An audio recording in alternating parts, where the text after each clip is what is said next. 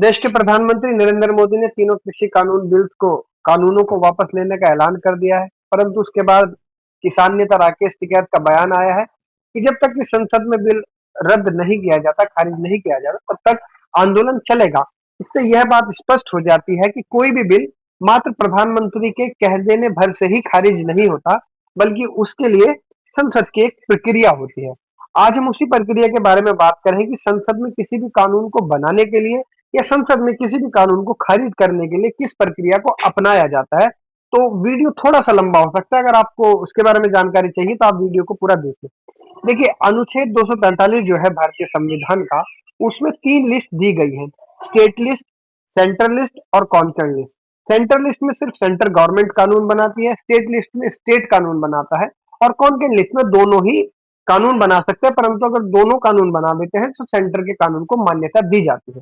आज हम बात करेंगे संसद द्वारा बनाए गए कानूनों को या संसद द्वारा खारिज कर दिए जाने वाले कानूनों की प्रक्रिया की, तो सिर्फ सेंट्रल लिस्ट के कानूनों की हम लोग बात करेंगे। देखिए, संसद में 4 तरह के मुख्यतः रूप से 4 तरह के कानून बनाए जा सकते हैं, 4 तरह के बिल पास किए जा सकते हैं। एक तो होता है आपका ऑर्डिनरी बिल यानी साधारण बिल, दूसरा होता है आपका मनी बिल, तीसरा होता है आपका फाइनेंशियल बिल, चौथा होता है आपका कॉन्स्टिट्यूशनल अमेंडमेंट। इन चारों बिल्स के लिए सांसदों को अलग-अलग अनुपात में बहुमत की आवश्यकता होती है। जिस बिल के लिए जिस अनुपात में सांसदों के बहुमत की आवश्यकता होती है, उसी अनुपात में बहुमत जुटाना पड़ता है, तभी वह कानून पास होता है।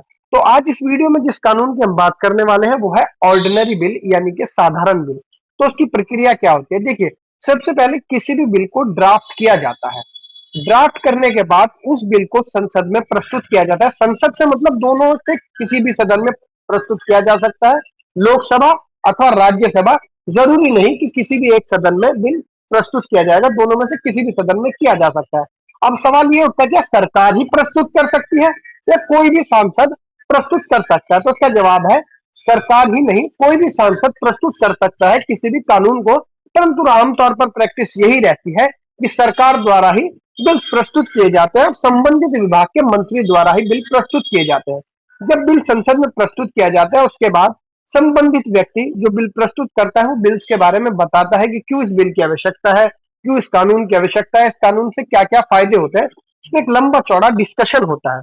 डिस्कशन के बाद यदि ऐसा प्रतीत होता है, क्योंकि यहाँ पे सिर्फ डिस्कशन होगा, बहस किसी तरह की नहीं होगी, डिस्कशन के बाद अगर ऐसा प्रतीत होता है कि इस बिल में किसी तरह की कोई अमेंडमेंट की यानी संशोधन की आवश्यकता है, तो उस बिल को या तो सेलेक्ट कमेटी को भेज दिया जाता है या फिर जॉइंट कमेटी को भेज दिया जाता है। अब ये सेलेक्ट कमेटी और जॉइंट कमेटी क्या है?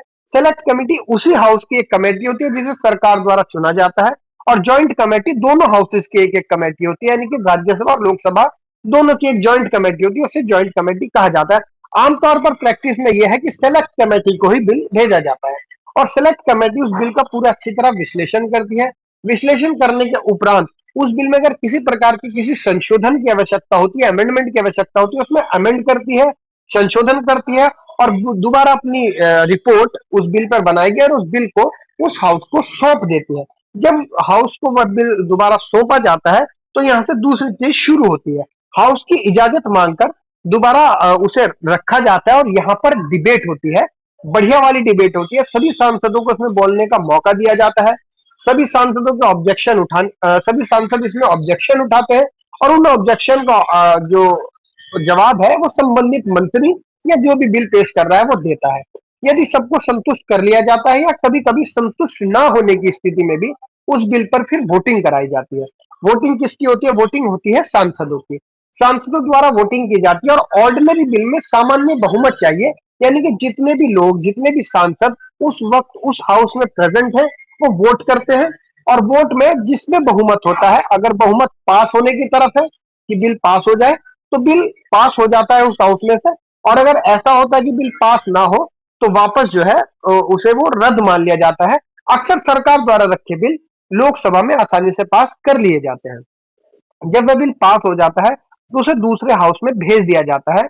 अमूमन यही प्रक्रिया दूसरे हाउस में भी होती है, सिर्फ इंट्रोडक्शन को छोड़कर। वोटिंग होती है, वोटिंग के बाद कभी कभी क्या होता है कि राज्यसभा या दूसरा हाउस, अगर राज्यसभा में पेश किया गया तो लोकसभा, और लोकसभा में पहले पेश किया गया तो राज्यसभा उस बिल को बिना किसी संशोधन के पास कर देती है। परंतु कभी कभी ऐसा होता है कि वह बिल जो जिसने दोबारा दूसरा हाउस जो है उस बिल को कुछ संशोधन करके वापस पुराने वाले हाउस पहले वाले हाउस को भेज देता है और उस हाउस में पुनः उसको पास किया जाता है।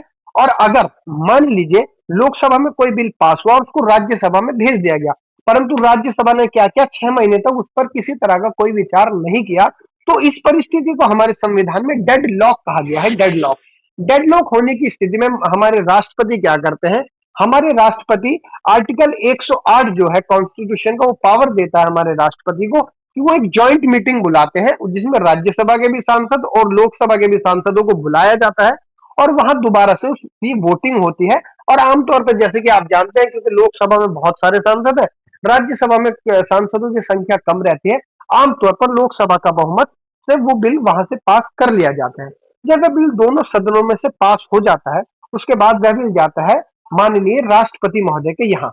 माननीय राष्ट्रपति महोदय अक्सर उस पर, आमतौर पर सरकार द्वारा भेजे गए बिल्स पर साइन करके उसे पास कर देते हैं और वो कानून बन जाता है।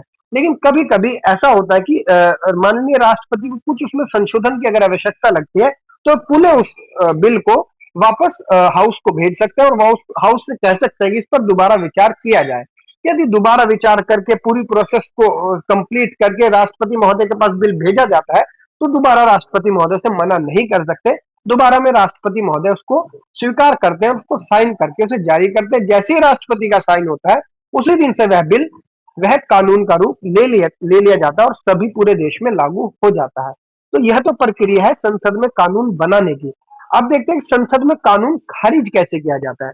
संसद में जब कोई कानून खारिज करना होता है तो सबसे पहले कानून मंत्रालय के पास भेजा जाता है और कानून मंत्रालय उस पर जो है अच्छी तरह उसका विश्लेषण करता है, उसको देखता है, उसको ड्राफ्टिंग ड्राफ्टिंग करता है और ड्राफ्टिंग करने के बाद संबंधित विभाग को भेज देता है। संबंधित विभाग से तात्पर्य, जैसे अभी तीनों कृषि कानून जो है रद्द किए हैं माननीय नरेंद्र मोदी ने, तो ये तीनों कानून कानून मंत्रालय से कृषि मंत्रालय को आ जाएंगे और उसके बाद कृषि मंत्रालय पुनः इसको जो है संसद में पेश करेंगे।